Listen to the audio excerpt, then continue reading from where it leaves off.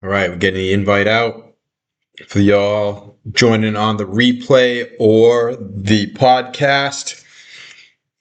Welcome. I am the 30-year veteran of Wall Street who Jim Cramer's funds, George Soros funds, and if you saw the movie Dumb Money, Stevie Cohen funds, SAC Capital, used to pay me for my stock picks. To the extent that I was able to retire at age 38, a multimillionaire, at which point I decided I'm not going to make 7 figures a year on the fat cats. Don't need it. I'm going to start giving my research for free to mom and pops. Give back to society for what was given to me. Yes, I'm eating dinner, drinking beer. It's a Friday. It's Friday night here, by the way. It is 9 p.m. here in Moldova, the country of Moldova. And I'm here for you to answer your questions, to give you my insight, my 30 years of experience covering software, AI. I've known about NVIDIA since 2002. Why? Because the independent third-party industry experts told me that GPUs were the future back then. Okay? That's what independent third-party industry experts will get you. Not the 10,000 clowns you see on the internet. An industry expert is somebody who actually works in the industry for decades, preferably. I am not an industry expert on AI. I am a stock expert on AI who needs those industry experts to give me their information so that I can decide and distill who is the real deal, who is not, who's going to win, who will not, who's best of breed, who is not. The 10,000 clowns don't do this. You only get this here, to my knowledge. You only get the fundamental risk reward charts here, to my knowledge. And we're going to get that show started here in just a couple minutes. As soon as we get the live studio audience in here, there's a nice little banner. For those of you who are new to the show, I don't make this fancy. I don't need to. I don't have time to, right? I'm dealing with stocks. I'm dealing with my 2-year-old daughter, my wife, enjoying life. Okay, so don't be looking for anything fancy here. Just look for facts. Look for real expertise. Look for information that will make you money, because I have averaged over 40% per year dating back to 1996, including, I'll show you in a sec. All right. But here are the disclaimers up on the screen. It's also in the description of the podcast. So if you're watching this show, then you acknowledge that you've read this, accept this, and know that I'm not your registered financial advisor, because I'm not a registered financial advisor. Okay. I'm a former Wall Street consultant. Okay, that's enough of that. So you can find me on X, closing in on 9,000 followers there at Money Mark Stocks. By the way, the 3 things you need to get to know that you're not dealing with one of the 10,000 clowns: real name. There's my real name. Okay. Real credentials. My credentials are right here. This is at pipelinedatallc.com, by the way. Okay. My credentials are here. You will see the difference between what I have done in my career versus any of those 10,000 clowns. Real name, real credentials, and then a real-time tracker of performance. And as you can see here, pretty decent. I don't sum it all up anymore. I'm not in this to prove anything. I've proven myself. This spreadsheet, by the way, goes back to 2014. Okay? First pick, Facebook at 57. All right? You can look at what the price is now. It's not 57. I'll give you a hint. Here are the recent picks. Here is the peak return while they were live. As you will see, I don't take these names off the list just because they reach a peak valuation. But look at Intermap, for example. I'll give you a little peek in terms of what happens here. Look at that. Those lines are there. Those lines have been there. So if you follow the rules that I provide for free, okay, right here on my X account, posted to the pin to the top, if you listen to this recording of how I find multi-baggers, if you go to my blog site, by the way, no subscriptions, no sponsorships, no advertisements, no nothing. This is all 100% free from the goodness of my heart. And that's why it's not going to look good, because I'm not going to go spend a ton of money and make it look good. You're just going to get, right, what you need. So you listen to this on X. You read this on my blog site, markohmstocks.wordpress.com. And then you watch this, how I make money on stocks, here on YouTube. You do those three things and you will understand everything about my risk reward charts, how to make money, how to take profits, because I'm not going to give you all that. I'm not going to give you all that because it's in the instructions. If you can't go and learn for yourself, then you don't deserve to make millions. But the people who follow me do. And as you can see with this Intermap chart, you can see that, let's see, where did we pick that? Intermap was picked at 40 cents. All right? 40 cents is down here at the bottom of the chart channel. Towards the top of the chart channel. Take profits. In fact, take profits on the way up, because the stock nearly 10 bagged while we were covering it. Okay? And if you did that, if you put 10,000 into something and it goes to 100,000 and you don't put 50 in your pocket, 70 in your pocket, come on, man. What are we talking about? There's always something better, something with greater risk reward that you can go buy by selling something off that, even though you love it, everybody's love it. It's hot. It's hot. It's going to the moon. It already went to the moon, bro. Take some profits, move it around. So anybody that has learned my lessons through those three things that I told you to read, listen, and watch, knew to take profits at these levels. So I don't have to take it off the spreadsheet. I would have if I want to lock in the 550% gain. I don't care about all that. I got nothing to prove. Okay?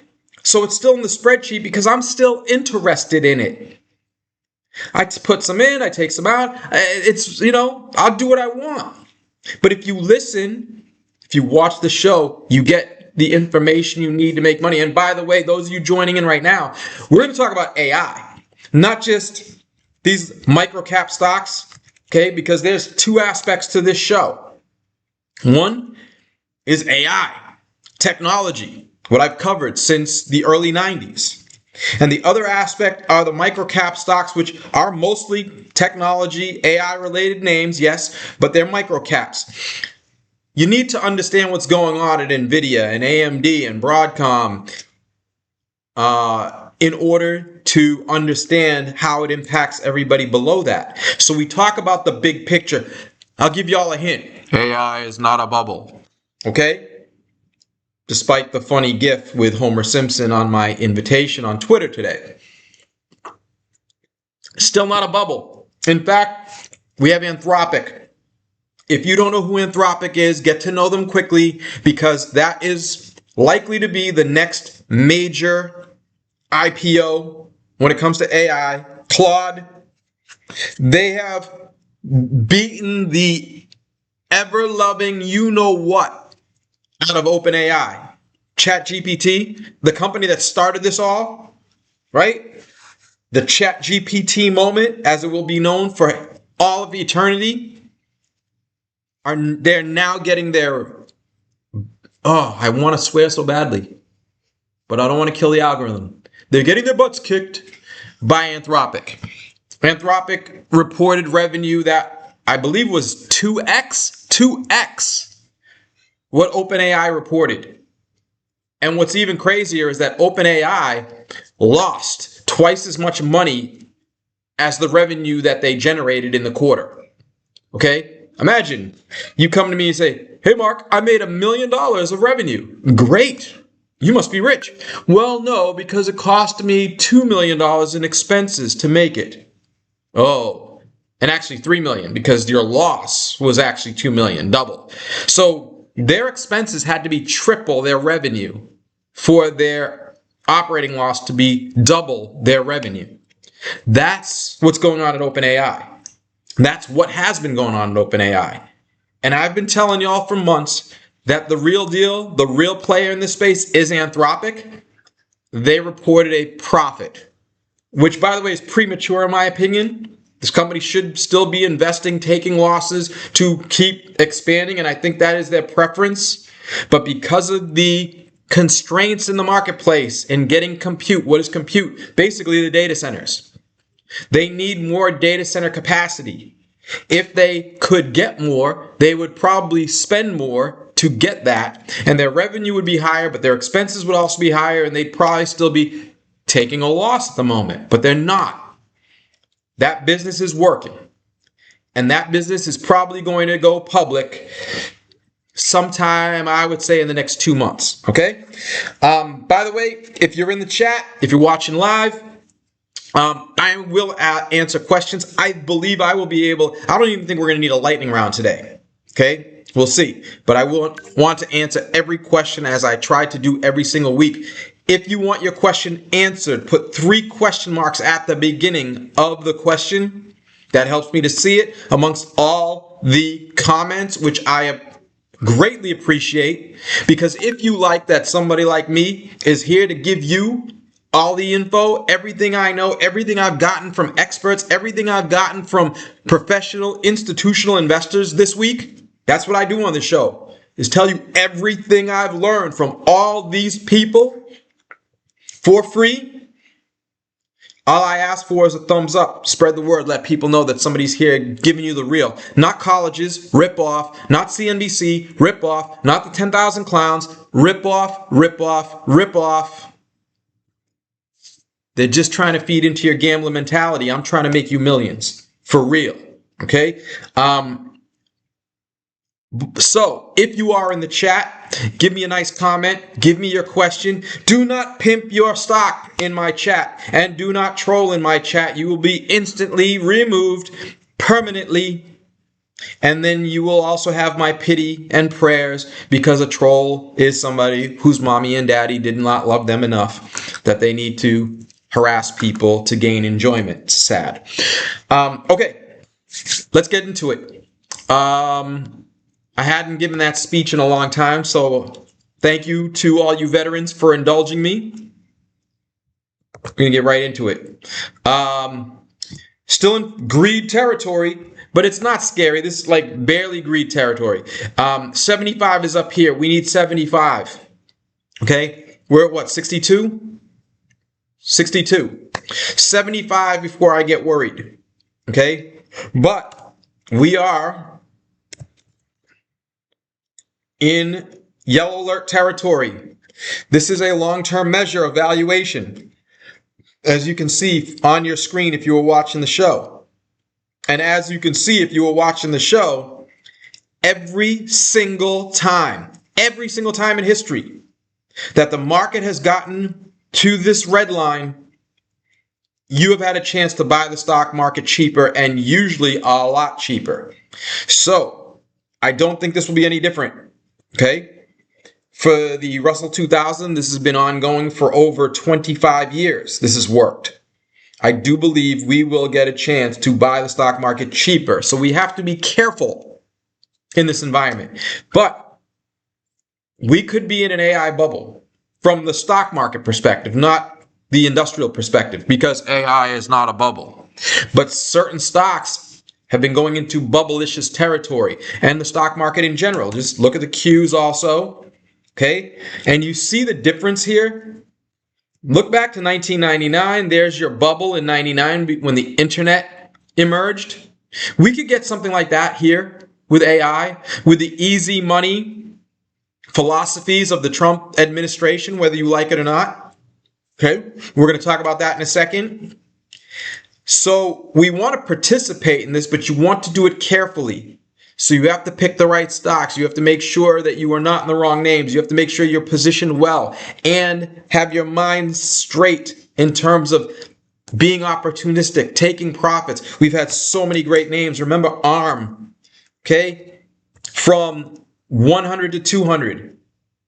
The stock went all the way to 450. People like, Mark, you got us out too early. It went from 100 to 200 and went to 450. Well, now it's back to 244. Okay? Besides, we took that money and we put it into Micron. At 100, we went, well, the other way around. We were in Micron first from 100 to 200. Okay? And yeah, I mean, look, we missed the ride there. We missed the ride there. And by the way, there is reason to remain bullish on Micron. Okay? I wish I knew back then what I know now, but I'm not going to catch them all. Sorry, you only doubled your money on Micron with me. Okay?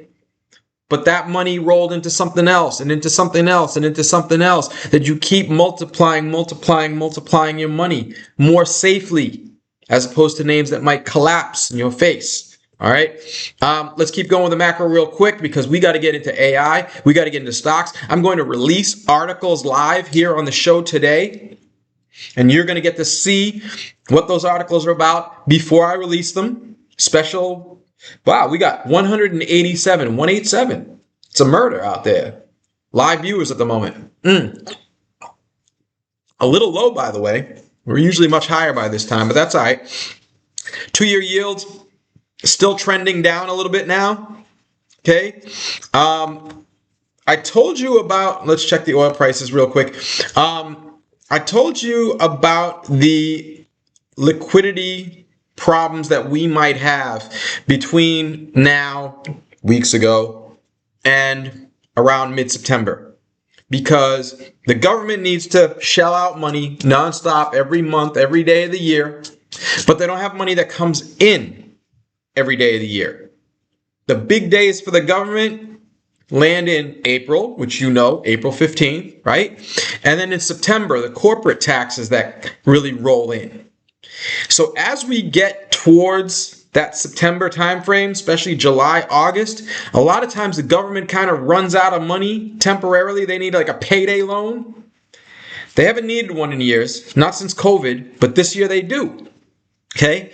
And so they've been in the market and there's been pressure on interest rates. There's been talk out there about interest rates, bond yields, all that. You saw that come to a head over the last week.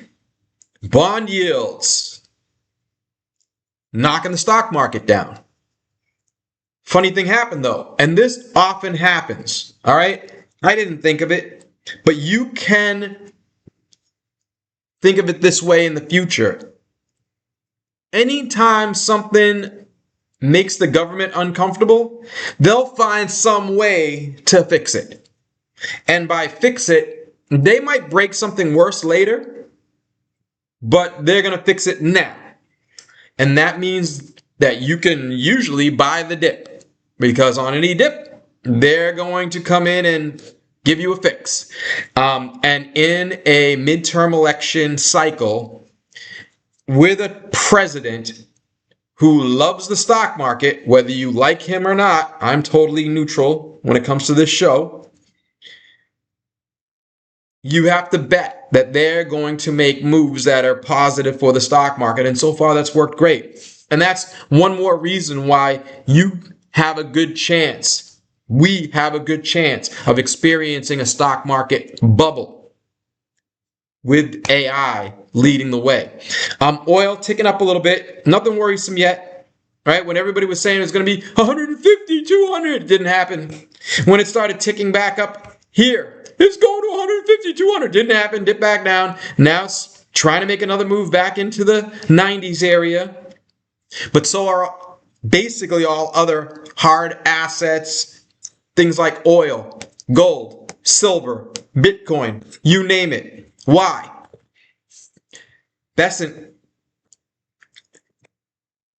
Partly, I believe, because of that dynamic I talked about with the government needing to get between here and September.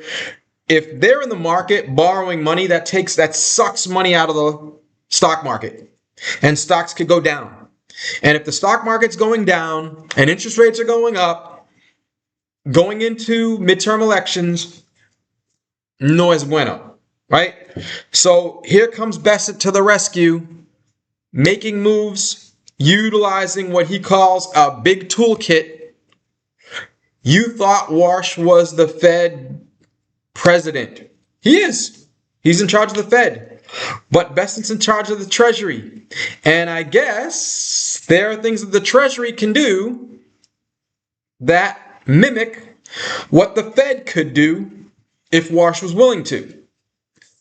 And this is what I told you when he was appointed, Warsh, is that there has to be some kind of confidence on the part of Trump that Warsh is not going to get in the way of what he wants, which is lots of money printing, lots of liquidity in the market in general, market like the economy in general, which flows, that money flows into the stock market. That's called liquidity.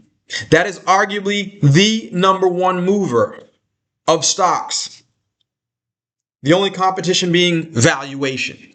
Okay? So, that's where we're at right now. Very clear. Bessent came out, said, oh, we might do $4 billion a month. And then, the market went crazy. And then the next day, the market pulled back.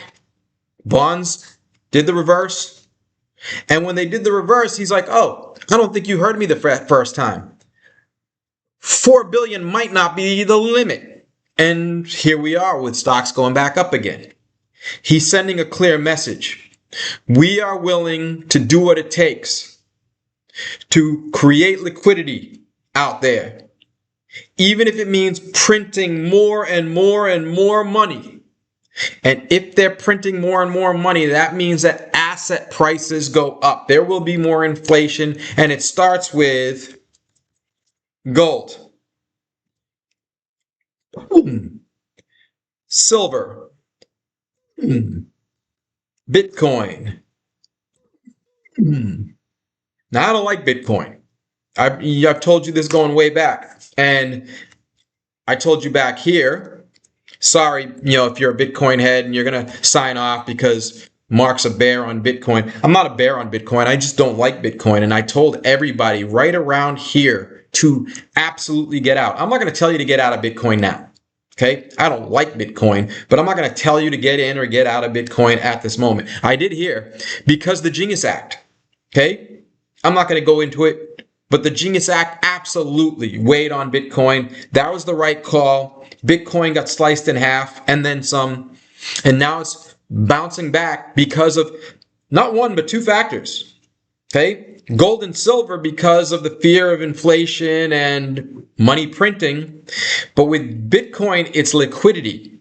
When there is extra money flowing in the market, that is positive for speculative assets and crypto, Bitcoin. So we have that going on right now. It's a rally, right? And of course, that means that strategy is rallying as well off of those lows under 100. So that's the macro side of things. We're going to get into some AI now. We'll talk about that in a second. Okay, let's go to the charts. So the Qs, doing great. We talked about Anthropic. We talked about OpenAI. I got some information today. Wait a minute. Where is that information? I didn't put it in my... Man... Anyways, I got some information today that showed that Chinese imports of memory remain at record highs, making new record highs. That's memory imports. Now remember, CXMT, which recently went IPO. Before any of you heard of CXMT, I was here letting you know that there's not a big three memory market. Micron, SK Hynix, Samsung, right? That there is a fourth, a little guy you never heard of called CXMT in China. And that they were probably going to alter the markets eventually. And sure enough, here we go. They had a record IPO. The stock was up like 500% on the first day. Right? Company has huge CapEx plans, looking to expand very aggressively, and that will flood, maybe not flood, but supply China with a lot of memory. But in the meantime, China continues to take memory in. Memory prices continue to go up. The memory shortage remains intact.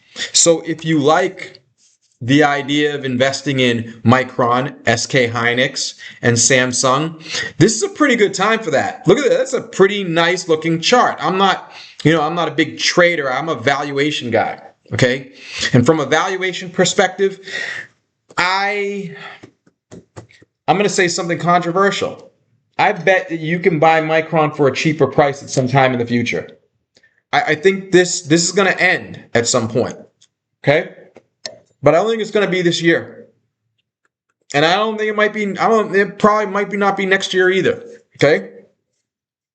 There's too much demand, too little supply, and too much time to get it up and running. So these guys have, SK Hynix, Sky High. They can get away with anything. They can get away with murder right now. Okay. And that's what we're looking at. These charts look pretty good to me. These charts look pretty good to me. This chart looks good to me. This chart looks good to me. Okay. So that's the memory market looking positive. NVIDIA, the latest news on NVIDIA, what I'm hearing out of Asia, contacts in Asia, you need things like this, is that the initial yields on Vera Rubin are not what was hoped. That runs counter or contravening force against what I told you about demand being off the charts. The demand for Vera Rubin remains off the charts. Everybody wants the new Vera Rubin chips. Everybody wants it more than ever. But they won't be able to get it if the yields are low. So TSM is scrambling to get those yields up so that there can be enough chips for everybody that wants chips. Stay tuned. Okay. This has the potential to weigh on NVIDIA stock and maybe TSM stock. I still like these stocks. Okay. But these are the things that move these stocks up and down. Okay. You got to be careful about that. All right. So I'm going to get into my prepared tabs. If you have questions on AI, any other names, put it in the chat. Well, we did have some news here, Marvell and Google getting close in bed. What did I tell you? What we got? Broadcom, right? Let me do a comparison chart. Do a comparison chart. Come on. How do I change? There we go. Marvell. Okay. And now zoom in to when I told you a few months ago to sell your Broadcom in favor of Marvell. There you go. Why? Because Marvell is better positioned for inference, and inference is the next frontier. Okay?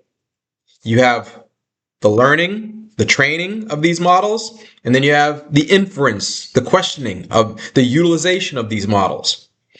As you see, the models are becoming increasingly commoditized, and you're seeing some players starting to fall out of the market. Google having a hard time with their AI training efforts, losing a lot of people. It seems to be that the market is starting to consolidate around two constituents.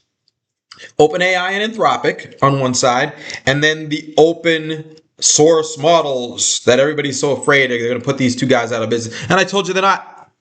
And as you can see, their revenues continue to move forward. So as the modeling part of the equation starts to give way in terms of growth to the utilization of the model, right? You guys asking questions, people building software, AI agents starting to be used. Look at Grokbot. Look up Grokbot. G-R-O-K, you know Grok, B-O-T. People are saying it's going to be a game changer.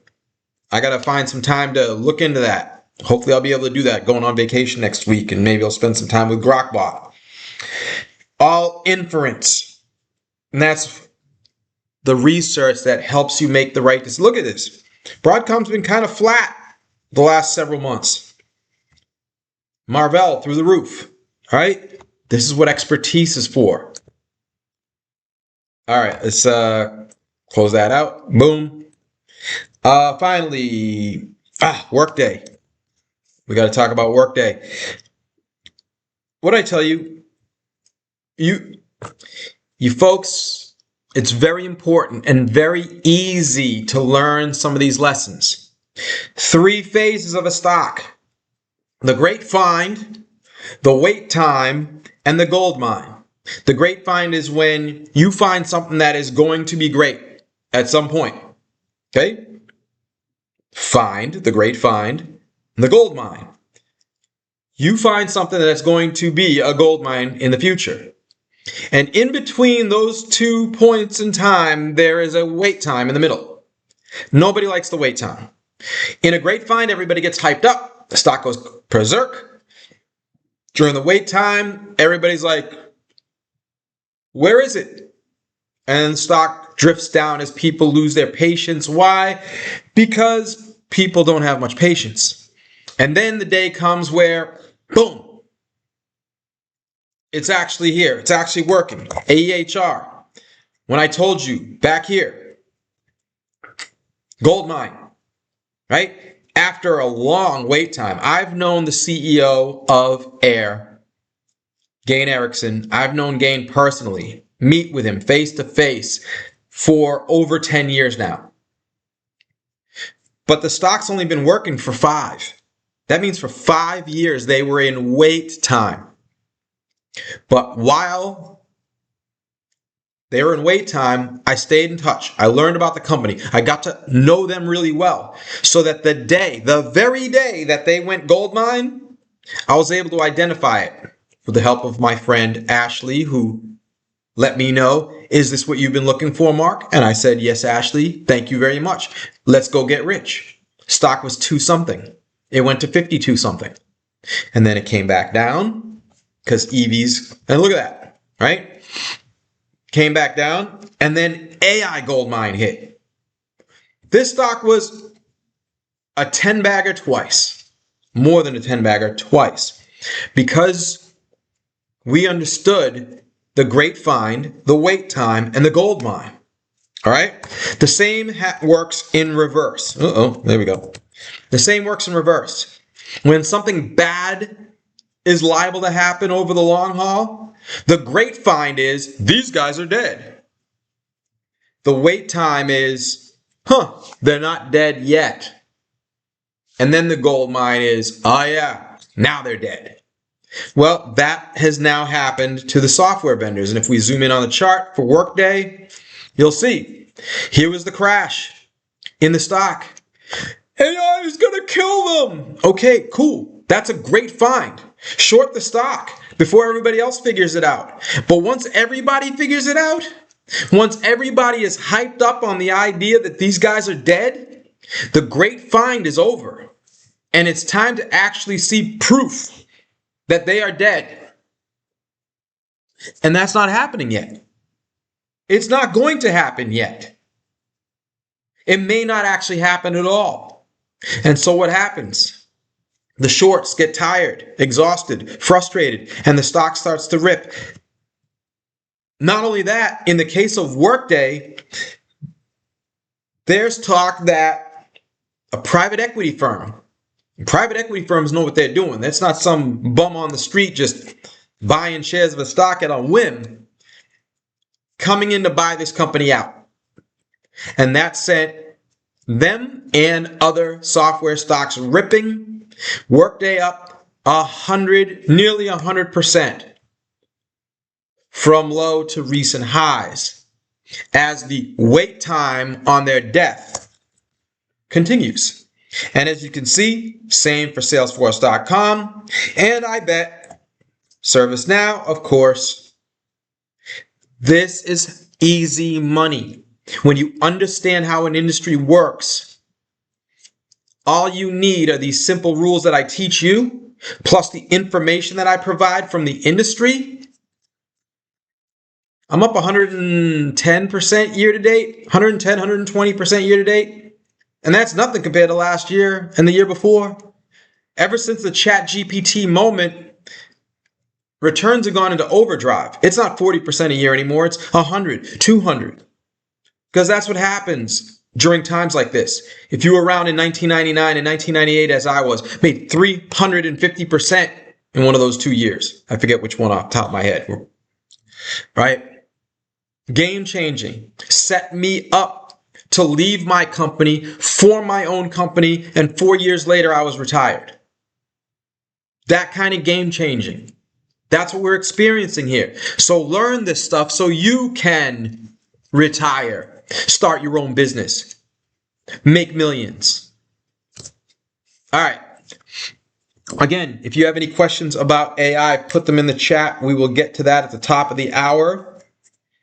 In the meantime, let me update you on some things. And we're going to release some articles live. That's my wife in the background interrupting the show. As my lovely wife is wont to do. You want to come and say hi to everybody? No? No? Okay. She's too pretty for this. She gets on the screen, you guys won't want to watch me anymore. What's that? No, you're not on the screen. But come join us. All right, first item up for bid. GeoDrill. GeoDrill helps gold miners find gold. Whoa. What did we talk about earlier in the show? Gold taking off. So you should have immediately thought, wait, Mark likes GeoDrill. They're going through a rough patch. If you learn the lessons, you know what a rough patch is. A rough patch fits somewhere in that grapevine, wait time, gold mine. Once a company is gold mine, every company goes through rough patches, okay? This is a gold mine stock that is going through a rough patch, some internal things. It's not demand in the marketplace. They just reported record revenue. It's the margins that are getting hit for reasons that are transient, which means they are going to get over it. And I think the stock will definitely get back on track and move back towards these higher levels in the risk reward chart. Okay? And it's simple. Their assets are worth way more than the stock. And those assets are working at like an 80% clip in terms of utilization. And for those who don't know, 80% is basically 100% in the industry. Because you have to take drills down offline for maintenance and whatnot. 80% is absolutely exceptional in terms of utilization. Okay? So it's only the margins they have to fix. They will be fixed. In the meantime, gold going up increases demand for these drills. This video right here, right? You can look up very easy on YouTube. GeoDrill second quarter 2026 results, record revenues.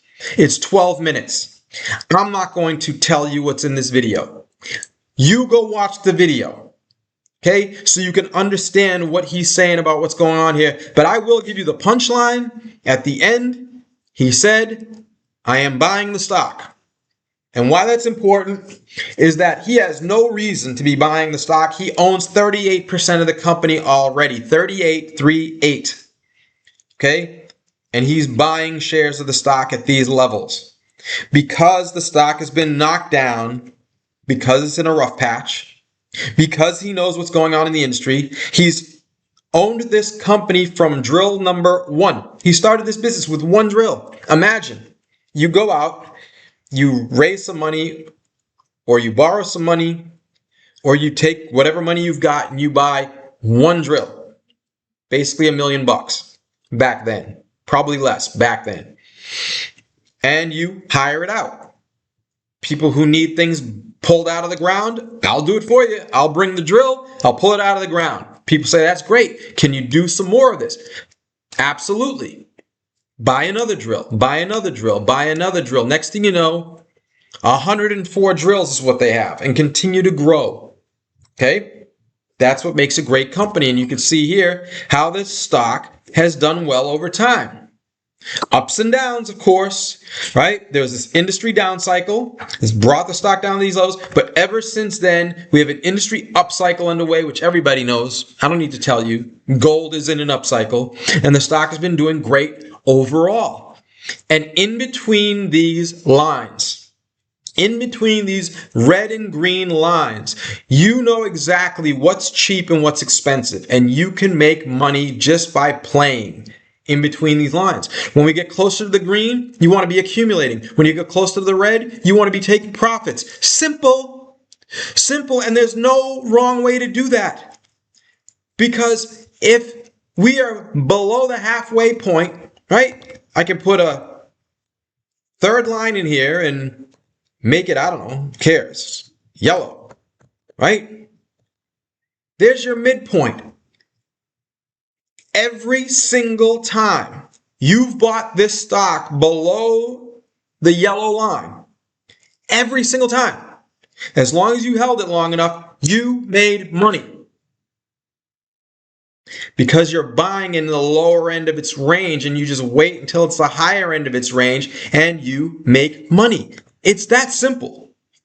What's not simple is figuring out where to draw these lines. Because as you can see, who of you out there could have actually figured out to put those red and green lines where they are? They make no sense. These are not technical. Technical lines connect. The technical lines are the white lines that you see here. These grayish white lines, those are more technical. They connect dots. They connect lows and highs. And even then to only some extent. Here you see, boom, technical lines, which the stock seems to be trying to break out of now, right? It's the colored lines that give you the real cheat code. Technical analysis can fail you because a stock can break down. And then what? Somebody that's doing technical analysis, when a stock breaks down, they sell.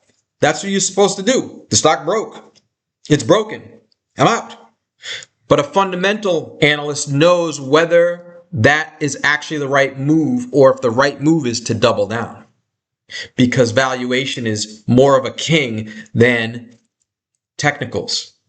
The only thing that challenges fundamentals is liquidity. Okay? All right.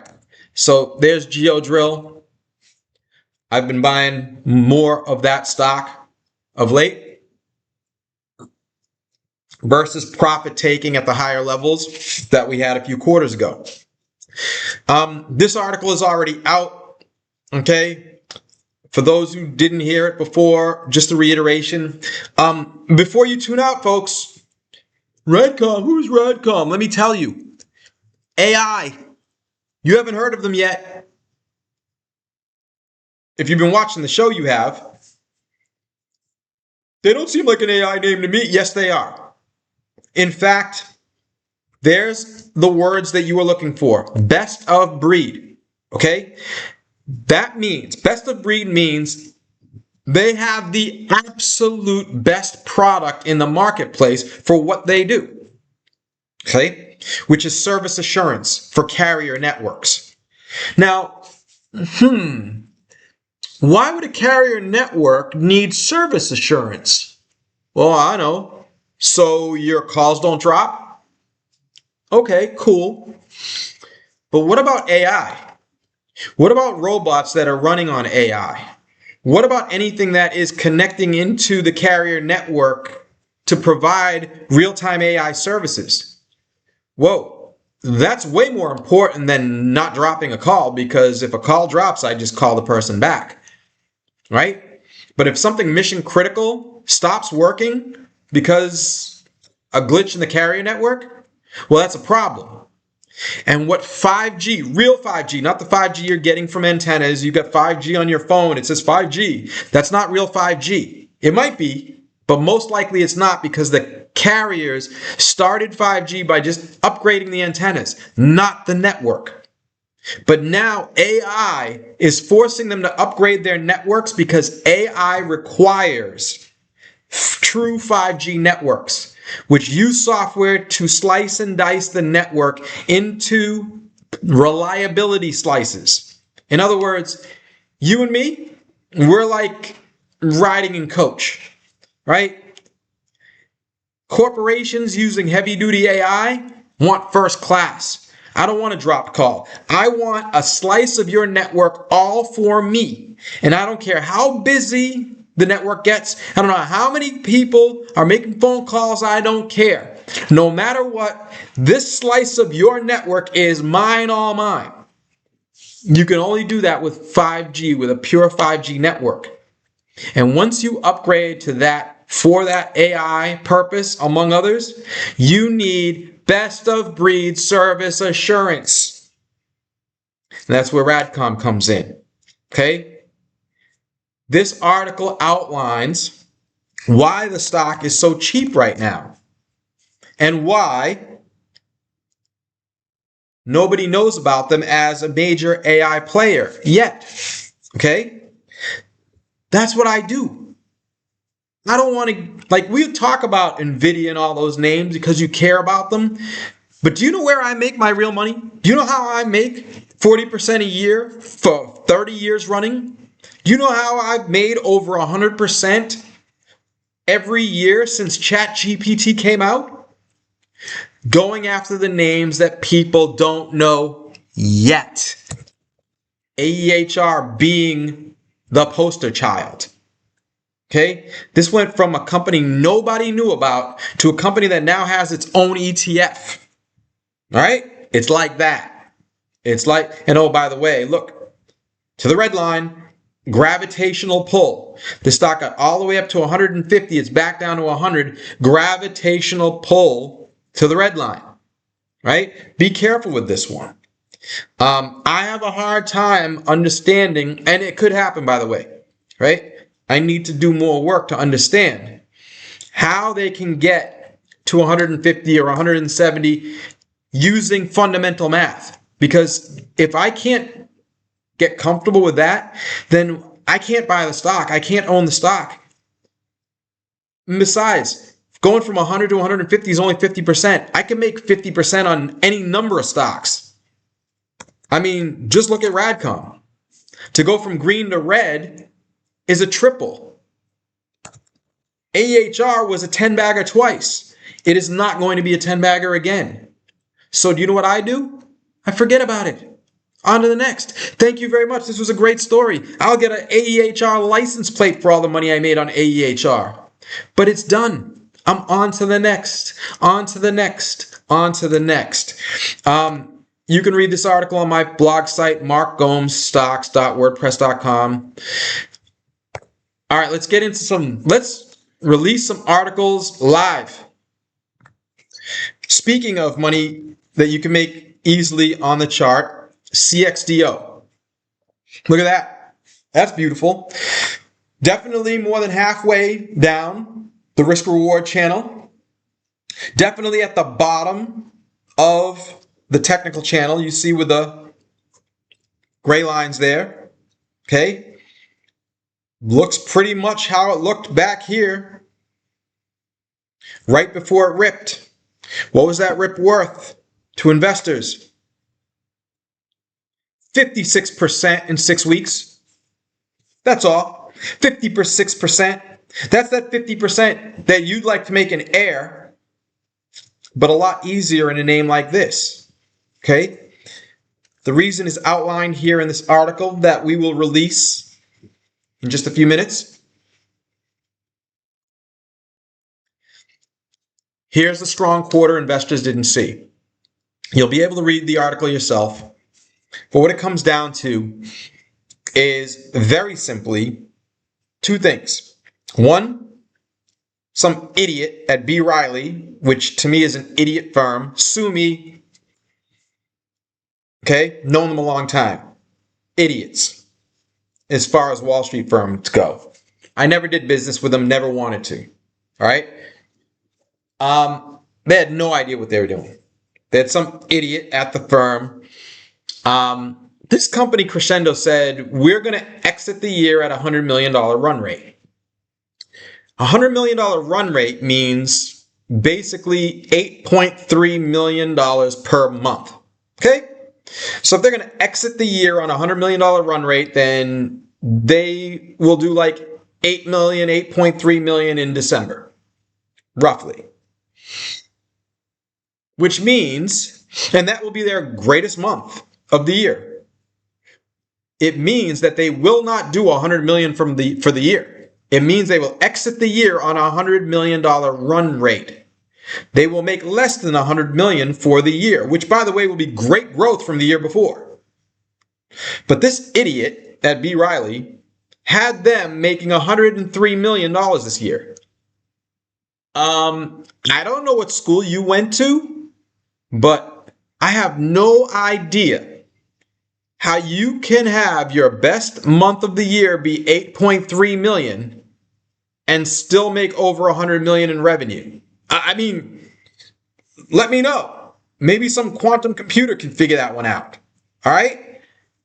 But what that did was it made the average Wall Street estimates too high. They still beat the numbers. They still beat Wall Street's estimates, but not by much. Okay, so that looked a little disappointing. And then when you look at the revenue growth from a software perspective, software revenue looked like it decelerated to just 7%. That's not exciting. They did closer to 31% last year. But on an apples to oranges basis, there's a lot going on. I implore you to read this article to get all the details. Long story short, they are letting customers in at a cheaper initial price. No, they're not cutting their pricing. They are letting them in at a cheaper price. There's a difference. Because once the customer starts to use the product, they will quickly realize that they don't have enough of it. That's the difference. They're not lowering their prices. They're letting the customer have less up front. And the customers are coming back and saying, we need a lot more of this. So a customer that would come in at 600,000 might come in at $250,000. But then they quickly come back for another 375,000 and now they're at 625, not 600. In other words, the second helping is 50% bigger than the first because they realize how much they underestimated they needed to buy. That's a good thing for two reasons. One, it's a built-in accelerator of growth in future quarters.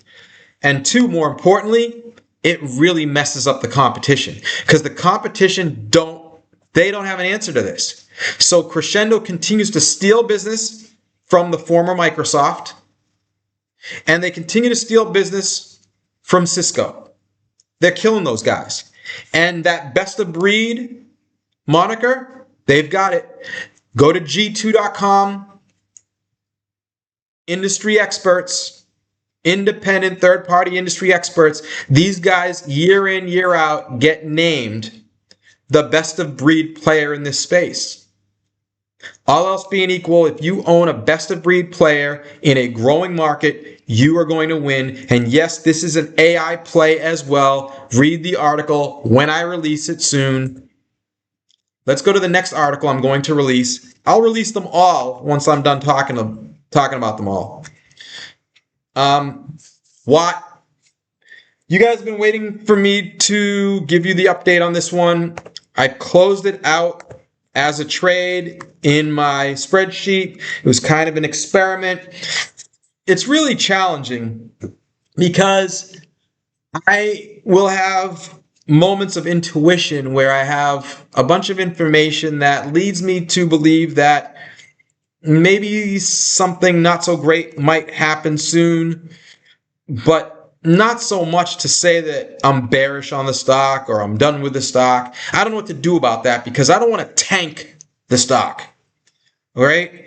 So it's really tough because when I initiate coverage, I've figured out the right way to do that. I slow roll it. If you watch this show on a weekly basis, you will figure out what my next pick is before I pick it. That's my reward to those who watch the show.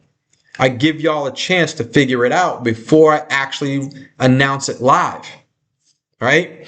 Now you would say, Mark, why would you do that? The stock will go up and then your entry price will be higher. So the F what? What do I care? I'm not here to impress people with return numbers. I've been impressive for 30 years, Jack. I got nothing left to prove. I got this spreadsheet here for you, not me. So I don't care if people get into the name before I actually put it in the spreadsheet. Energus, I was talking about Watt since it was like $7. It didn't go in the spreadsheet till it was $14.50. That gave people a chance to figure it out and get in before I put it out there in the public domain in general, where a lot of scalpers just jump in, grab the stock, and then nobody else, my loyal followers can't get it because some jackass out there buys $1 million of the stock instantly, knowing that somebody else is going to want to buy it from them. Spikes the stock 15, 20%, whatever, and everybody else gets stuck buying the stock up high and then watches it drift lower as the scalper releases an inventory. F that. That's my work. And that's my gift to my followers. Not some loser hitting the buy button immediately for no reason. So we figured out how to fix that, but I don't know how to fix the issue of how do we take profits on names? How do we get out of names? So I added this column, peak return while live, right? I tell you to learn the lessons, and if you learn the lessons, then you are going to have the cheat code. And you know those a-holes out there are not going to do that because they're in it for the lazy money. Not the easy money, the lazy money. There's lazy money, then easy money, then hard money. I make the hard money. I do the research, okay? I do all the research. I give it to you so you can make the easy money, just following the rules of how to trade these stocks. Then there's the lazy money, the people who want me to just hand it to them. They want to get fed every day. They don't want to learn how to fish. They just want fish. F that. It's my fish. In any case, I'm trying to figure out how to handle that on the sell side of things, on the take profit side of things. And so I closed out Energus as an experiment. It did not go well, okay? But so be it, right? It turned out to be the right move because the stock was at 1836, up 27%, 155 at its peak. And if we go to the charts, what you'll see is we're down to $13, okay? All right, let's talk about the article before everybody hits the buy or sell button. Chill out, y'all. There's a lot of moving parts going on here, okay? There's a lot of things going on here. What I'm going to tell you is the two major things, and then you could read the rest of the article, okay? It might be 3 or 4 major things. One, I believe I am more long-term bullish on Watt than I was 3 months ago. I think they have more opportunity now than I believed 3 months ago. Okay? But on the flip side, it's hard. I'm having a very hard time understanding when that opportunity is going to inflect again. It's already inflected once. We've gotten $3 million of revenue each of the last 3 quarters, basically. Last year, they weren't able to even do $1 million in a quarter. So this company is more than tripling its revenue each quarter so far this year, minimum, versus last year. That's great, right? 200+% growth. But now they've been stuck at that 3 million. When do we get to 5? And more importantly, 6 or 7 where they reach profitability. And then, even more importantly, the kind of levels which I put into this report, somewhere around 12 to 15 million per quarter, they get up to that level, and I believe the stock can be at the red line up here, around $50. That's a 4x from here. But we're not there yet. This chart represents, let's zoom this the right way here, risk and reward, right? And you veterans who know, if you're new, listen to this. This is important. This green line is representative of a company operating on basically one cylinder out of 10. Okay? They're not doing well. They're not executing well. I'm not saying that's Watt, right? I think Watt is executing on more than one cylinder, for sure, right? The red line represents a company that is operating on 10 cylinders. Now, what's interesting about that is if you look at a company like Gatekeeper, Gatekeeper is operating on 10 cylinders right now. I don't think anybody can deny they are operating on all 10 cylinders. But when I hit enter, what you're going to see is not a stock trading at the red line. Whoa, look where the red line is, way up here. More than double where the stock is. This is one of the cheat codes to making easy money in the stock market. Sorry, it's sweaty. I'm a little sweaty. It's hot in this place. It was 90 something degrees today and the AC is on in the other room. Anyways, this stock, a stock operating on all 10 cylinders should be at the 10 cylinder line. If it's not, that represents opportunity. And the further away it is from where it belongs, the greater your opportunity, the lower your risk. And that's the game when it comes to stocks, is to get the biggest potential reward for the lowest possible risk. And that's where most investors fail. Write it down. Most investors fail because they buy stocks on potential reward, not taking into account the level of risk. It's critical. Professionals know this. Retail investors generally don't. And especially people under the age of 30, look it up, ask AI. The portion of your brain that processes risk is not fully formed until your late 20s, early 30s. For me, I think it was probably around 32 looking back at the crazy things I did until I was about 32. And my brain said, dude, what are you doing? You're going to end up dead. Things that I would have never thought of that when I was in my 20s. I did a lot of things that could get me end up dead and didn't think twice about it at the time or afterwards. That was great, wasn't it? That was great. When you're like 34 and somebody dares you to do something like that again, you're like, get the fuck, what? Come on, man. I ain't trying to kill myself. You do it. Get my camera out, right? It's called getting older. So this is a cheat code, right?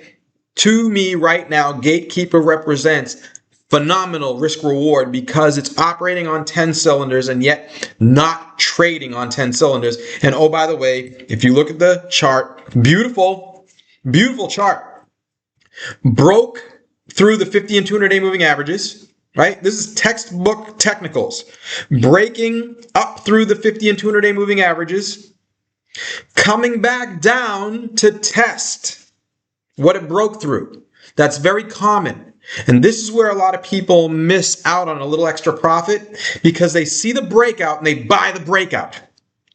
And then the stock pulls back and like, oh, I'm losing money, and they sell. Oh my God, it's the dumbest move in the book. And I've done it a bunch of times, so don't feel bad. But it wasn't until I read a book on trading from a trading master that I realized, oh my God, that's so true. After a breakout, the stock will test what it broke out of. And that's what we got. And that's when the master trader says, that's when you pull the trigger. That's the best time to buy. And we got that. We got the breakout. We've got the test of the breakout. And not only that, we've got the golden cross. Woo! You can look up what that means. The 50 and 200-day moving average is about to cross each other. And then more people are going to want to buy the stock, presumably, all else being equal. But you get to do it now, knowing, one, that we got the breakout. 2, we got the pullback. 3, we got the golden cross coming. And most importantly, we've got a fundamentally strong company selling way below its fundamentally strong valuation levels. Okay? So you got the watt chart. You can see where that is and what's all represented there. But they still need to start executing on more cylinders. The opportunity is growing. Okay? The pipeline is growing. I know that they're doing business with companies that they haven't told us about. They haven't told us about Walmart. They haven't told us about Amazon. Walmart loves them. Amazon loves them. It's in the article. Okay? Walmart's got 3 phases. Okay? The stores, the distribution centers, and number 3 will be the trucks. They have finished phase 1, the stores. We can go into phase 2. By the way, phase 3 might be worth $60 million. Phase 1 was only worth 10. Okay? Just to give you a sense. But we're not there yet, number 1. But they're looking into more ways they could use Watt in the stores. So phase 1 might actually have a second act. We didn't know about that. Okay? Amazon, using them for their own businesses here overseas, their big box business, their Whole Foods business, but also partnered via AWS. And they love the solution so much that they wanted to sell the solution to AWS customers, which is what they're doing. And so that's bringing to bear companies like McDonald's that they're not talking about, but McDonald's is doing business with Watt right now, or considering it, I should say, right? Proof of concepts being done. I know exactly which McDonald's stores have Energis's equipment in it, okay? And the U.S. Postal Service, okay? So we've got a lot of great things going on there, but we have component shortages. We have the Walmart money spigot turned off at the moment. They're figuring out when they want to roll out phase 2. They're figuring out if and when they want to roll out more phase 1 stuff. But for now, out. The component shortages are causing problems in terms of how much product that they can dish out. Right? And then what might be the biggest problem near term is that their stock is now at a level where they are liable to get kicked out of the Russell 2000.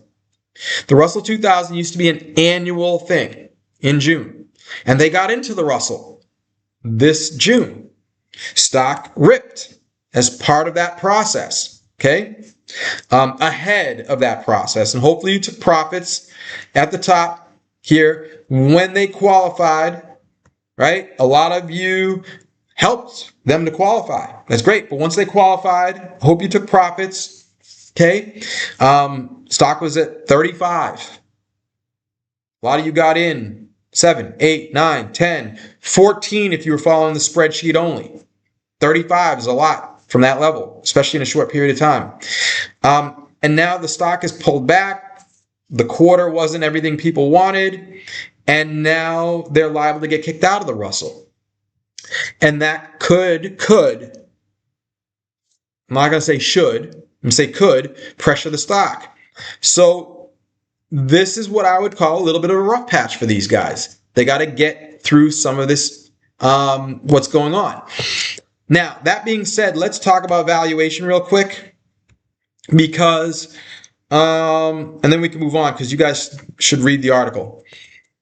They're currently trading with a market cap of 70 million.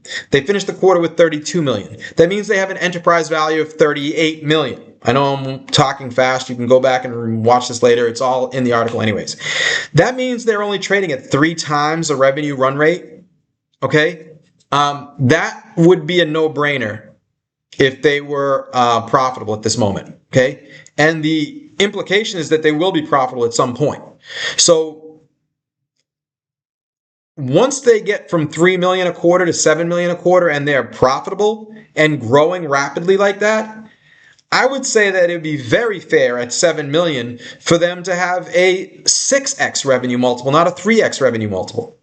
So not only will their revenue more than double, but their multiple will double as well, if, in a fair world.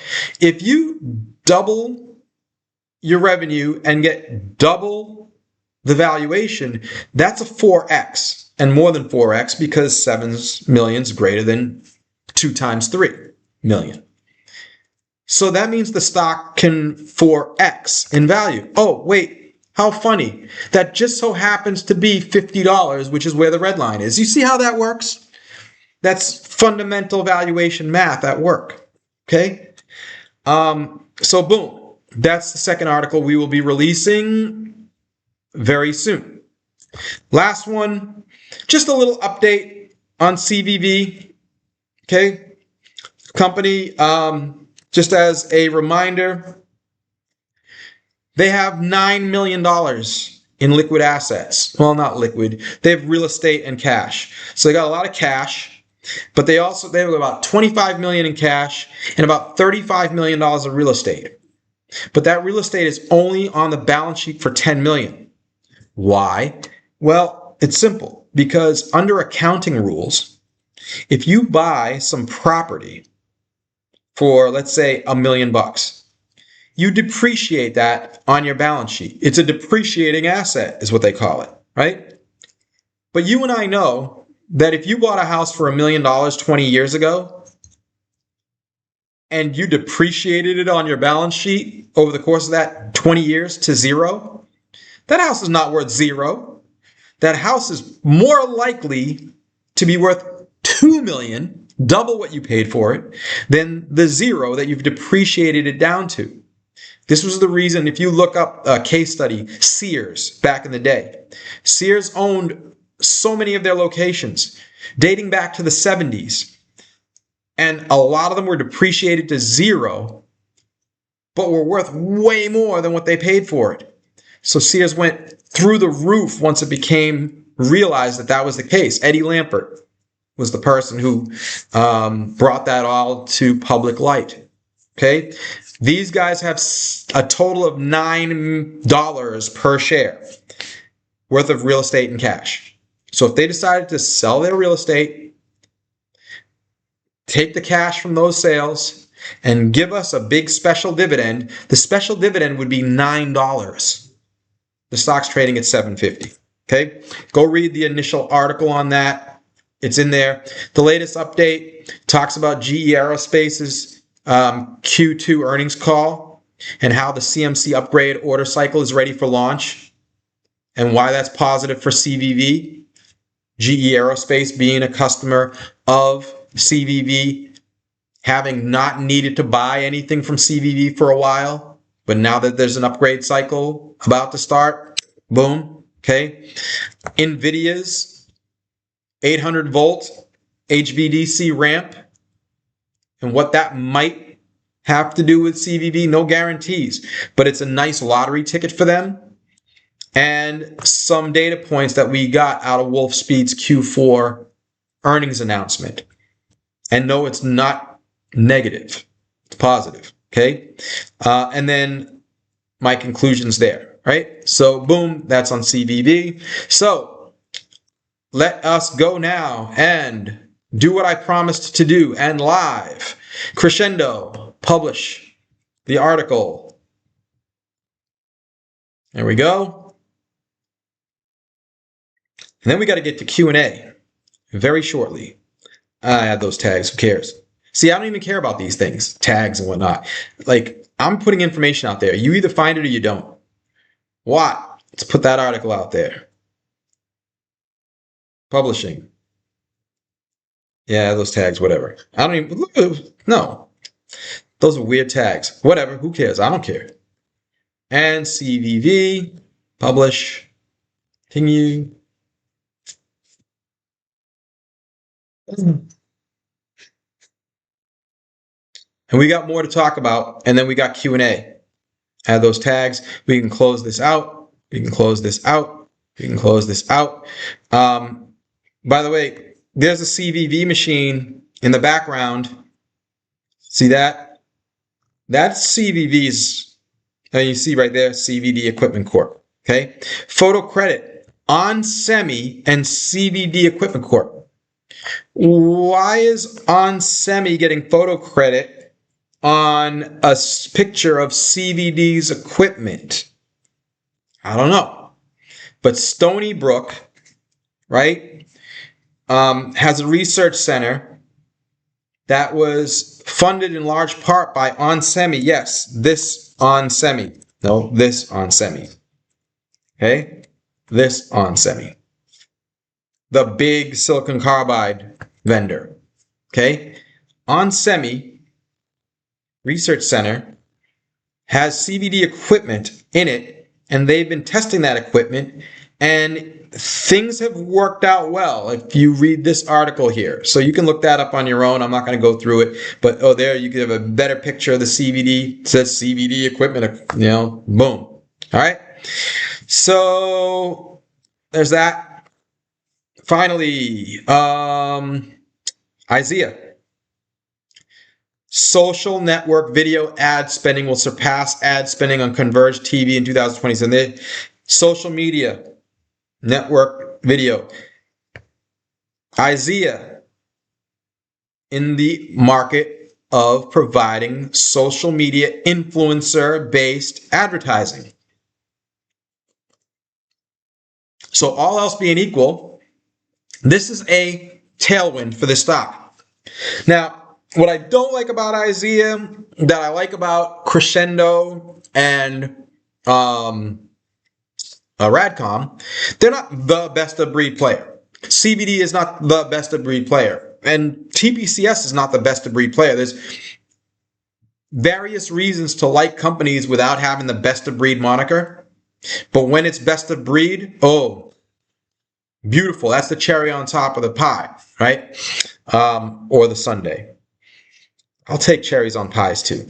But anyways, what we've got going on with IZEA is they've been going through a rough patch as well. You can see the revenues. After having a very nice September of last year, $8 million in revenue, right? It's pretty good. They actually had operating income in the June quarter last year, profitability. So boom, okay, you got $9 million in revenue, you got profitability. We're off to the races because you got nearly $3 in cash and you're trading for about $3. So what are we talking about here? Well, it kind of went backwards since then. Okay. And what we have is an interesting situation because with the Time Warner merger, what they decided is that they want to make a splash in Q4. So they pushed a lot of movies out into Q4. Warner uses IZEA for basically all their movies. So what we're liable to see here is a monster Q4 where they do all of these movie campaigns, right? And they're going to only have to compare to the $6 million a year ago. They could do $10 million in Q4 versus $6 million in Q4 a year ago. And the headline is going to say, IZEA reports 67% growth and profitability. Okay? And it should be very good profitability because they've got good operating leverage. Okay? But we got to wait for that. Okay? They're not going to report Q4 until after Q4. So that's the update on IZEA. Other than that, I mean, business as usual. Nothing new. It's everything we talked about before. Okay, so really nothing new there. Finally, before we go to Q&A, D-Box. Speaking of movies in Q4, there's DBOXF, D-Box Technologies. Okay, this company, it's basically kind of like a rumble seat, but better than a rumble seat. It doesn't just rumble. They have actuators in the seat and it will move. The seat will move in a very specific way with the movie that you're watching. Okay? Now, before you dismiss this, hold on a second. Hear me out. because a lot of you are probably thinking, number one, who goes to the movies anymore? And number two, why would anybody want to be in a seat that moves with the movie? I don't want that. Some of you might, some of you might not. But no matter which category you fit in, I don't know which category I fit in. I don't think I will want to sit in a D-box seat, but it doesn't matter what I want.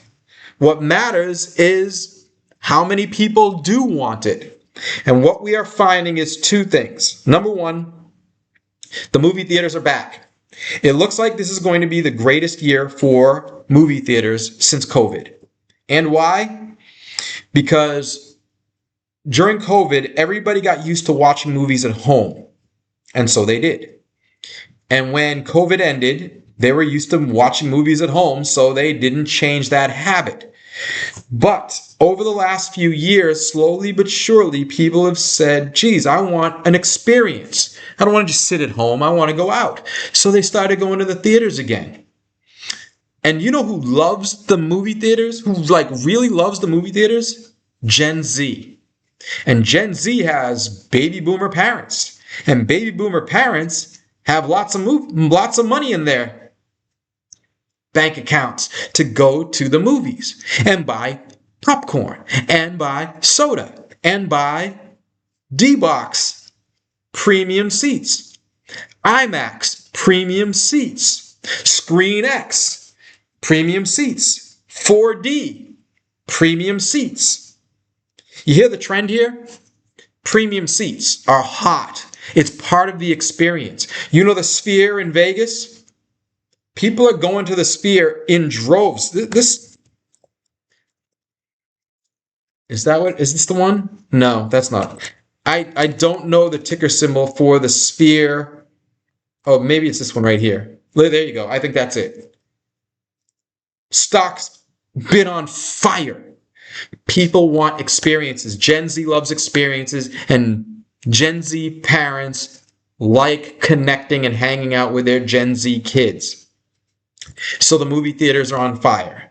IMAX is on fire. All-time high. Okay? All-time high. They want the experiences. They want the premium experiences. And D-Box is offering people one of those many premium experiences. Will it blow up like IMAX? I don't know. We're doing research on it, right? So I'm just introducing you to this name. I've talked about it a little bit before. There's a great post here that talks about it. I own some of the stock, okay? So I wanted to bring that to your attention. And lo and behold, that's it for my prepared remarks. Let us go to Q&A. And remember, put 3 question marks in front of your questions. And remember, please give me that thumbs up. If not, to subscribe, by the way. Wait, I forgot to mention, we are, let me see, at last count, article that went on. In any case, where is it? View my channel. 50. There's 250 of you here. If you haven't hit the subscribe button, do something for me for shits and giggles. All right? I never ask anybody. You guys know. I never say, hit the subscribe button. I don't care if you hit the subscribe button. But every once in a while, we get close to a new 1,000 subscriber mark. Then I say, hit the subscribe button. I always say thumbs up. This time I'm going to say hit subscribe. Get us over 6,000. We're 50 away from 6,000. Hit the subscribe. If you already have, tell one of your friends to hit the subscribe. All right? If there's any advertisements or commercials on this show, that's it right there. I've just given it to you. Hopefully that's okay relative to what you got for that little advertisement for me. All right, let's see what we got. I love all the comments. I'm going to read them all after the show. We're going to go straight to the Q&A, but hello to all y'all. I love all the positivity. I love it. I love it. That's what I do it for. I do it for the positivity. I do it for the positive feedback. I do it for the stories that I hear from people. I'll recant a story on a day when I have more time about a man who felt like he was going to die, and not leave enough money to his wife. And I haven't heard from him. Holy crap. Ooh, I just got a shiver. I used to hear from him every few months. I haven't heard from him in over a year. He told me he felt like a failure because he made bad investing decisions and he didn't have good health, and he felt like he was going to leave his wife unable to take care of herself because she was old as well. And then he said he found me, started following my rules, and made over $1 million. And that he felt like he was going to be able to die. It's always hard to finish the story. Knowing that his wife was going to be okay. Okay. I haven't heard from him in a long time. So he's probably no longer with us. And his wife is probably okay. And I get to go through life knowing that I helped make that happen. That's why I do this. Let's go to the Q&A. Request in the group for a Zoom chart, please. Zoom, I don't cover Zoom. You can look up a chart of Zoom on your own. Clara. I follow Clara, so I'll put the chart up here. There you go. Do I still feel Clara is a better player long-term compared to MP? That was a long time ago, right? And Clara greatly outperformed MP. We made a lot of money. We got out at these lines. You see the lines on the screen. Okay. I still own some of Clara, by the way, and happily at the moment because it's up 8% today, as I see. Right. But I don't own a lot. I don't know this space. I got the name from a very trusted professional source in the industry. Okay. The stock has done well, so thank you, trusted source in the industry. And I shared it with y'all. It's the sort of thing that I will do once in a while. It was at a time when rare earths was the hot subject, okay? And everybody was looking for rare earth stocks to buy into, and I presented this one. I don't know this stock, to be honest. My contact does. I don't like to bother my contacts. So there's your chart. And that's all I can say, but I still own some of the stock because at last count, they were still very bullish on the name. More bullish than I'm willing to tell you because I don't want you to get caught up thinking that the stock is going to the moon. Next, is crypto making a comeback? At the moment, but I'm telling you, 95% of all cryptos are still overvalued. Still. Overvalued. And I don't believe in Bitcoin. I think Bitcoin is in big trouble. Still think it's in big trouble at the hands of stable coins. Okay. Not to mention that the millennials, Gen Zers, all them, they don't think Bitcoin's cool anymore. I'm sorry if you're a baby boomer or above and got into Bitcoin because you're registered financial advisor, which I am not. Blackstone's telling me to buy Bitcoin. Told me to put 10% of my money in Bitcoin. Oh, how many times do I have to tell you? Wall Street is not out for you. They are out for your money. They'll do anything to get you to put money in something that they get a commission on. They are selling you. Okay? This whole thing is some kind of scam. Colleges are a scam, CNBC is a scam, and these wealth advisors are a scam. For the most part, it's a generalization. It's, so nobody can sue me for that. It's my opinion. CNBC is not a scam, but it's scammy. All right? Just so we correct that very specific call out to CNBC. You can't trust people, man. You can't trust people. I don't like crypto. Why? Why would you be in crypto when you can make money in something that's real? Stocks are real. It's a piece of a company that does real things. Most cryptos don't do something real. A lot of them do. Ethereum, with the contracts, we could go through the list. But even though Ethereum's real, look at what it's done. Okay? Do you know why? Because I've been saying for the whole time that you've been able to access this chart that Ethereum is overvalued. I still believe Ethereum is over, and Ethereum has value because of the smart contracts. It actually does something, okay? But everything has value, and to me, the value in what Ethereum provides is not commensurate with the price you pay for Ethereum. You can find great stocks that are easier to put a value on, easier to make money. You don't have to invest in everything. You don't have to buy Michael Jordan rookie cards. You don't have to buy X-Men #1 comic book. You don't need to buy Ethereum. You don't need to buy Bathing Apes or any of that.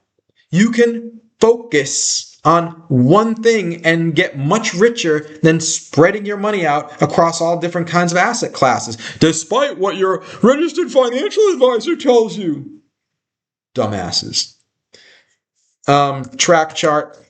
I am still positively inclined on track. I have a bullish position on track. Okay, it's not doing much right now, but I'm okay with that. I'm okay with that. Let's see. LFG, Friday Money Mark Show. Yes, sir. Yes, sir. Looking for the cute question marks, though. Can you explain the relation between metal prices and Geodrill stock? My understanding is just indirect relation as opposed to direct. We talked about this already. Okay? If gold prices go up, then gold miners want to find more gold, take more gold out of the ground, and so they will hire Geodrill so that they can test the ground for the gold. And that's it. So it is an indirect relationship. Geodrill does not benefit from gold directly. They don't take gold out of the ground and keep it for themselves. They pull that gold out of the ground for their customers. Boom. Put it in your notebook. By the way, AI can answer simple questions like that. What, with the cash in the balance sheet and the value of the IP they have, what investors getting paid to wait for owning what? Are investors getting paid to wait for owning? That's a great, that's a perfect question. That's a perfect question, how you worded it and everything. Yes, I do believe investors are being paid to wait for owning what, because I do believe that they have enough opportunity and they are going to execute against enough of that opportunity to get past the $7 million break-even point and move towards that 12 to 15 million per quarter level that would justify a $50 stock price. Am I saying they're going to get to 50? No. I'm saying they're going to do better than what they're doing now, to the extent that the stock should definitely be higher in the future. What I don't know is where it's going to be tomorrow, next week, next month, next quarter. But I believe anybody buying the stock at these levels will be rewarded, partly because of the cash, 32 million of cash, dropping by 2 million per quarter, but it's only 2 million per quarter. And that 2 million per quarter will shrink as their revenue grows. Okay, so before long they won't be burning much cash at all. So they have 32 million in cash, and there are many who believe that their intellectual property, their patents, their technology is worth 100 million. 100 million plus 30 million is 130 million. Right? What is the stock trading for today? Not 130 million, but 70. So there's a lot of value locked in to Energus, into Watt. But it is a turbulent time for the stock because of all the things going on. So you've got great value, right? I always say, I do this little game with my colleagues. And it's like, if we were immortals that only woke up one day per year, would you buy Watt today before you go to sleep for the next year? My answer on this one is yes. Intermap chart.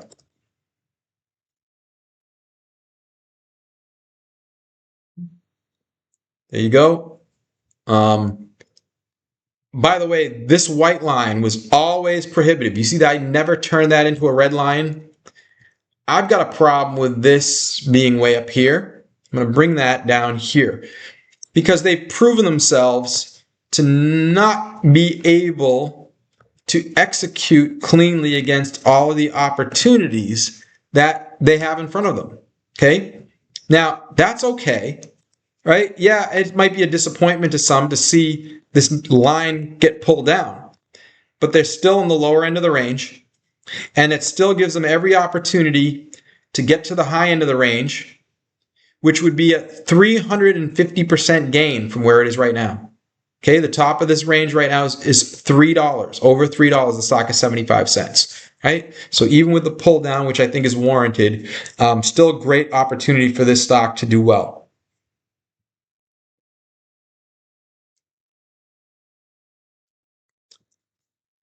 KRMD chart, there you go. I like KRMD. Okay, very much at the low end of the range. Stock still coming lower. Very cheap. I do believe this company is going to come out of the little rough patch that they're in. I wouldn't be surprised if this stock doubles within the next 6 to 9 months. Okay, and I think there's very little risk attached to that. So I think there's a very good chance you double your money, and very little chance that you lose more than, let's say, 20%. That you got to own that. In my world, I'm not telling you to buy it and own it. I'm telling you, in my world, in my rules, in my head, you have to own this. And as you can imagine, I do. Mark, would you consider a public debate or discussion with Ed Zitron? He's a prominent AI skeptic who insists that AI is a bubble. No. Who's Ed Zitron? Another one of the 10,000 clowns? Because I've never heard of him. What are his credentials? I'd like to see what those are. And besides that, I don't like judging other people's work. It takes time. Time that I could use to do my own research on something else. Okay? I've seen the bearish arguments on AI, and they're wrong. They're wrong. It might be correct about specific stocks. There are problems. Okay? Anthropic may have a real problem because as the cost of inference comes down, utilization will go up, right? But if the price you pay for every AI inquiry goes down 90%, you're going to have to utilize AI 10 times more for Anthropic just to maintain their revenue. That could be a problem at some point. So far, it has not been. So far, the cheaper AI gets, the way more people use it. In fact, I've fallen behind. I can't wait to get home so I can meet up with my sister and she can teach me all that she's learned about AI agents. Okay? Because I want to use AI agents. And once I do, my monthly AI bill is going to go through the roof again. AI used to be free, ChatGPT. But then I started using the premium version, $20 a month. Then I wanted another AI in case the first AI hallucinated. So that was $220 a month, $40 a month. And then Perplexity Computer came around. And whoo, Perplexity Computer is crazy. I really can't use anything but at this moment. $350 a month just to get in the door. Plus overage charges. And for me, I go through a good at least $20 of overage charges basically every weekday. Okay, so my AI bill is now probably up around $700 a month. It's my best guess, maybe more. I don't care. I don't count. And if I learn how to use the agents, it'll go into the thousands per month. And I don't care because it'll be worth it because I'm making tens, hundreds of thousands of dollars from what AI is helping me to do in my research that I present to y'all every week. F Ed Zitron.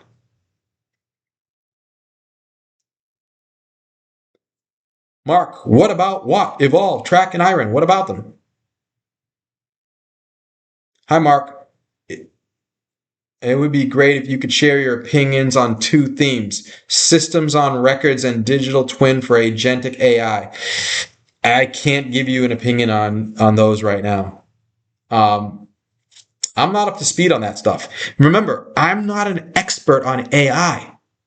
I lean on experts for that. So what you want to do is you want to find an AI expert a real AI expert that can give you the skinny on those things. That's how I learn. I learn from experts, and then I say, oh, that will be good for Marvell. And then, I go to Marvell and say, oh, geez, Marvell is only $100. I'm going to buy into that stock because it's on the low end of the technical range, and then ride it up. Sometimes it's really simple like that. SNES. Don't ask me about SNES anymore. F SNES. Don't ask me about SNES anymore. I don't like SNES. They're in wait time until they're not. And I told y'all a long time ago, I gave you the math on what it would take for them to get to profitability. And it's multiples of revenue from where they are now. And they are not growing anywhere near fast enough. I will bet everybody on this broadcast that they will raise money again before they reach 2 straight quarters of profitability. Okay? Don't ask me about SNES anymore until they get to that point. This is wait time. It was great find. Last year, there was a great find. And what a great find it was. The stock did great on the great find. But the wait time started. And I think we're going to be in wait time for years. And maybe not come out of wait time into gold mine. I got a little confused regarding IDN. Does the risk reward line still hold true? Or has the changes made break the thesis, hence being a short trade for you last week? A short trade? I didn't short IDN as a trade last week. Or maybe not on this show, because last week I was talking positively about IDN. And if the chart had changed, then I would have changed it. Okay? I would have changed it. I'm not going to show you a chart that's out of date. That rule stays in place no matter what. Okay? What I will say is that I probably have to reconsider the top of this chart. I bet it's more likely. I'll tell you what. This is what I will do for you. Let me clear up any confusion by turning that top line into white and putting it right around there tentatively, okay? Because the potential for them to earn $1 of EPS in 2027 has probably all but evaporated. Remember, the reason that the line was way up there was because it looked like Facebook was going to do millions in business with them per year. And that just hasn't materialized. Now, don't get me wrong. Facebook is still looking to do business with them. Facebook is still providing them with revenue, but not millions per year. And the research I've done since that time indicates that despite the trouble that Facebook is in right now, I don't think they're going to use IDN to the tune of millions per year. Could it get to $1 million a year? Sure. Stay tuned, right? But this was a quick trade, not a short trade, a quick trade that is still working, okay? It's pulled back off of these levels. At these levels, I think the stock should be higher. I don't think, go watch last week's show. Watch last week's show, and you'll know why. On the Moonshots podcast with Peter Diamond, he hypothesized that open source AI models coming out of China will have a major negative impact on Anthropic and OpenAI. Your take? I've talked about this week after week. But you appear to be new to the show, so I'll give you a quick answer. First of all, F. Peter Diamond, or whoever he is. I don't know his credentials.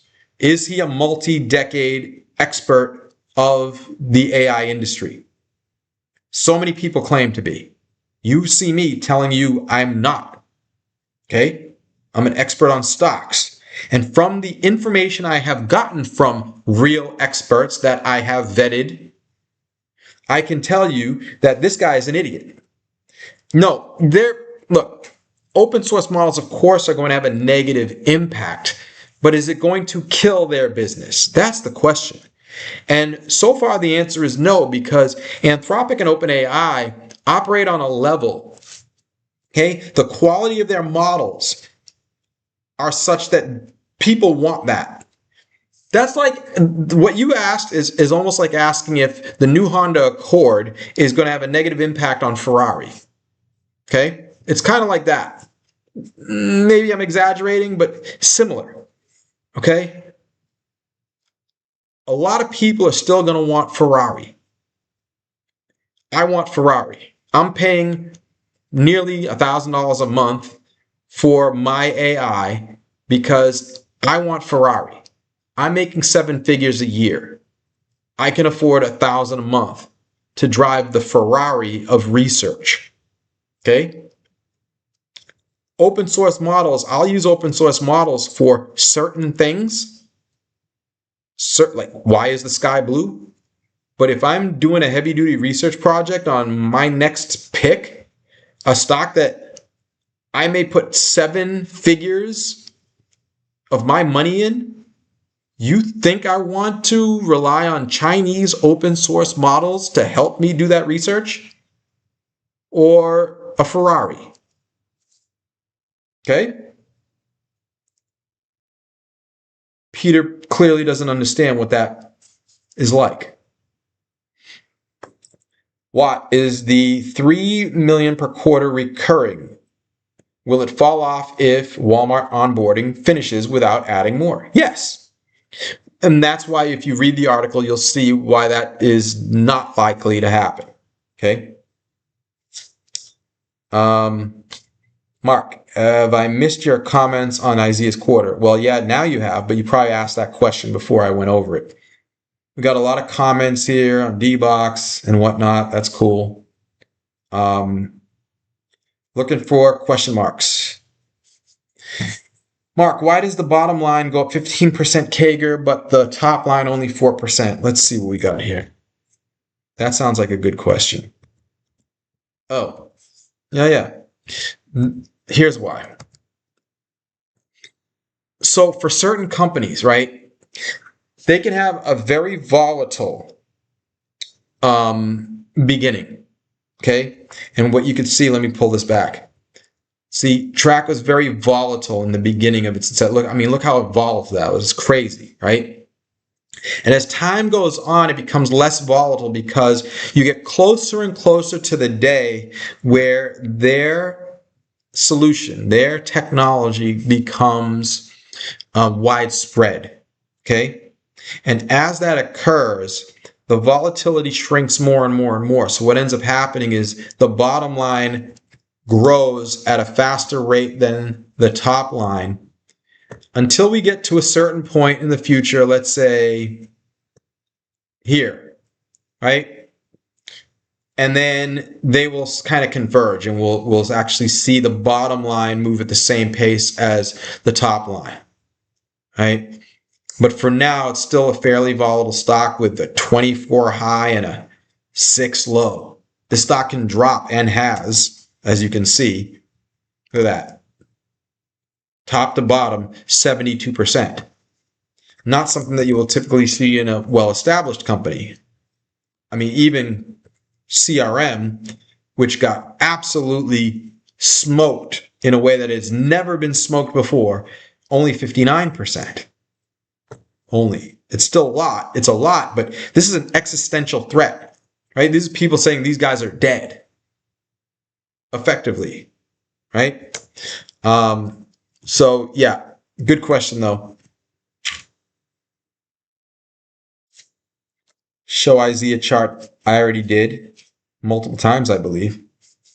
What is your reaction to the market dropping Curie stock? I've said it many times. I don't cover Curie anymore. And last week, I said, or the week before, like, I don't like the quarter. I don't like the company. I like what they do. But I told y'all a while back, this is, months and months and months ago, that when I found out how the CEO is being compensated, if you look at his comp plan, he is incentivized to manufacture revenue. And guess what he did this quarter? He manufactured revenue. That wasn't real revenue. It wasn't fake revenue, but it wasn't real revenue. It was like cheat revenue. I would not own this stock. If you were my wife, and you owned the stock, I would say, honey, get the F out this stock. We got 2 questions left in the queue. So if you have any questions, last call for questions. Otherwise, we're going to actually finish the show on time. I like to finish the show at 3:55 Wall Street time. So we have 5 minutes to, chill and see if there's anything we want to do. I have no idea what the stock market has done while I've been on the show, or if there are any moves I want to make, anything I want to buy more of or take profits on or what have you. By the way, anything that I do a major, a major report during this show, I lock myself out of making any contrary trades for 72 trading hours. Okay. That way the SEC doesn't have anything to come at you with. So just to be safe, and it's only fair anyways, right? If I'm going to say something major about a company, then I shouldn't be jumping out of it within the next 24, 48 hours. And that doesn't mean that I jump out after 72 either. It's just attorneys recommend stay in the stock for at least 3 days after you do a major report on something. Okay. So cool. I do that. Let's see. Did playing the Evolve quarter go the way you were expecting? No, it didn't. It didn't. Okay. I was expecting better out of Evolve, but see, this is this is great though. I'm glad it didn't work out the way I hoped, so that you can see that despite my track record, despite putting up numbers like these for years and years and years, okay? Look at these numbers. Despite that, you can look at this and be like, yo, this guy just basically can't lose. And that would be true, because if you bought every one of my stocks at the entry price and held out for a 50% gain, right? You just said, I'm gonna hold for 50% and I'm out. If you did that just as a strategy, win, win, win, win, win, win, win, win, loss, win, win, win, win, loss, win, loss. You'd make 50% every single time I said win. And when I said loss, the worst you would do on those names is lose 23%. So you'd be winning like 80% of the time, 50% profits. And the other 20% of the time, you would lose no more than 23%. That's called a no-brainer. That's called a cheat code. Okay? And yet, I got stung trading TSSI. I got stung trading Evolve. Okay? It tells you something about trading. Trading, no es bueno. Investing, es bueno. My understanding, it was a TPCS-like post-earnings reaction. Yeah, I guess so. But TPCS should be ripping. By the way, there's a manipulator out in the market. I've uncovered somebody that's trying to scare you guys out of the stock. Okay, is my belief. I've seen this strategy many times before. Okay, here's your risk-reward chart. Boom. Okay, we're not even halfway up, and these guys are lighting it up the last 2 quarters. Just go read the transcript for the last 2 quarters if you want to make some money. INVE chart, no lines. Okay, just cheap. They got a lot of cash, tons and tons of cash. Okay. How do Chinese memory chip imports impact Micron? Well, all else being equal, if the Chinese want to import memory chips, right, then that's good for Micron, because Chinese are importing, taking chips in from the outside world. VTSI earnings, did I cover it? No, I didn't cover it this week. I said there was really nothing to see here. I did say something about it. I thought I said, that it looks like things are starting to clear up for them. If you buy the stock at this level, I think you will make money. I don't know when exactly, but I think there's absolutely, you can see this is the chart. Do I think they're going to get back to a 10 in terms of execution, operating on all cylinders? I don't know. I don't know about that. Okay, they may never get back to a 10, but can they get to a 5? Yeah, and if they get to a 5, that's more than a triple from these levels. And there's a lot of value here. Okay, they're just still in a rough patch, but less of a rough patch than they were last quarter, the quarter before, etc. I think they're finally at a point where they're got some footing, right? They're finding some level ground. Hopefully that helps you with that, because that's really all I've got to say about them. Okay. Lewis, you didn't put 3 question marks in front of your question, but lucky you, because I've got a little extra time here. Do you think Gatekeeper will upgrade on the TSX someday? Yes, I do. I think they said it's expensive to do, so it's not a priority for them. Yes. And very good. Very good. See, people take notes, they learn, they understand these things, and they can answer questions for people.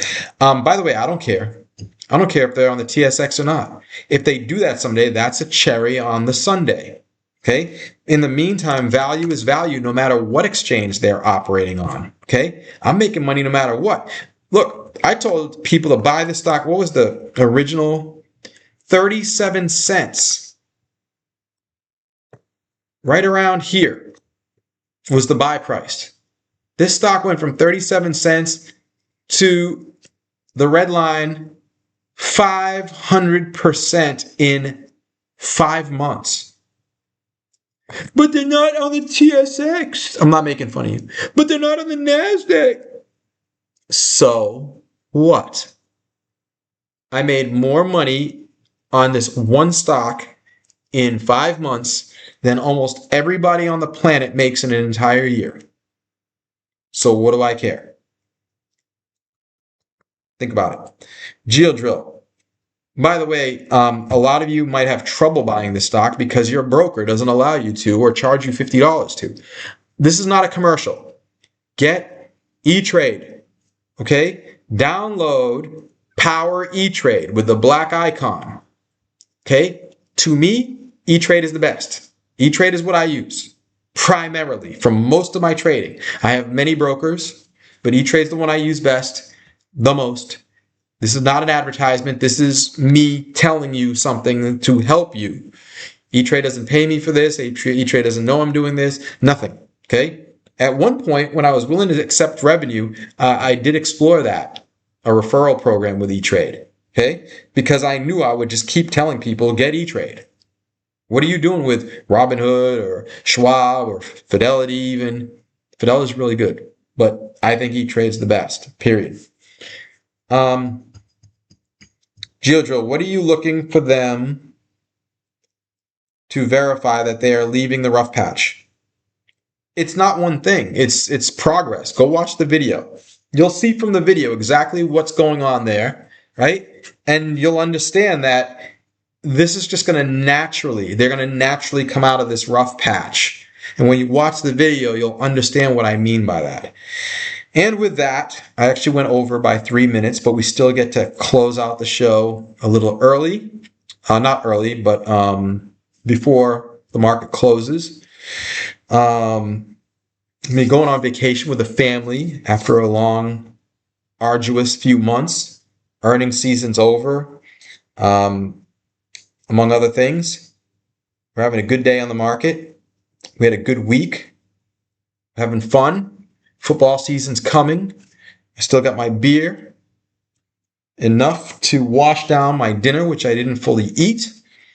And beyond that, y'all know what it is. It's Friday.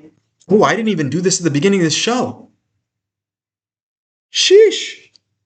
Well, let's do it now. It's Friday. It's Money Mark. It's Stock Talk Live. Have a great weekend. Take care. See you next Friday at 2.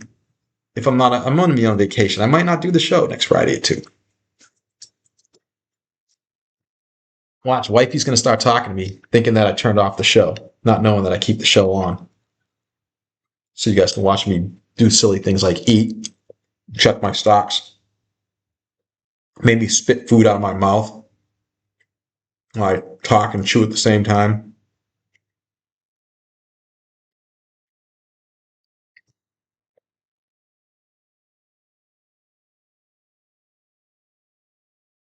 Mm-hmm.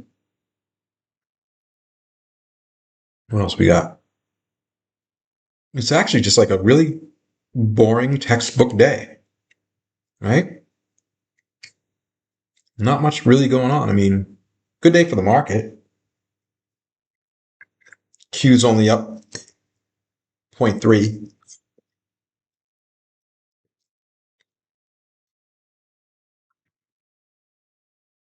Mm-hmm.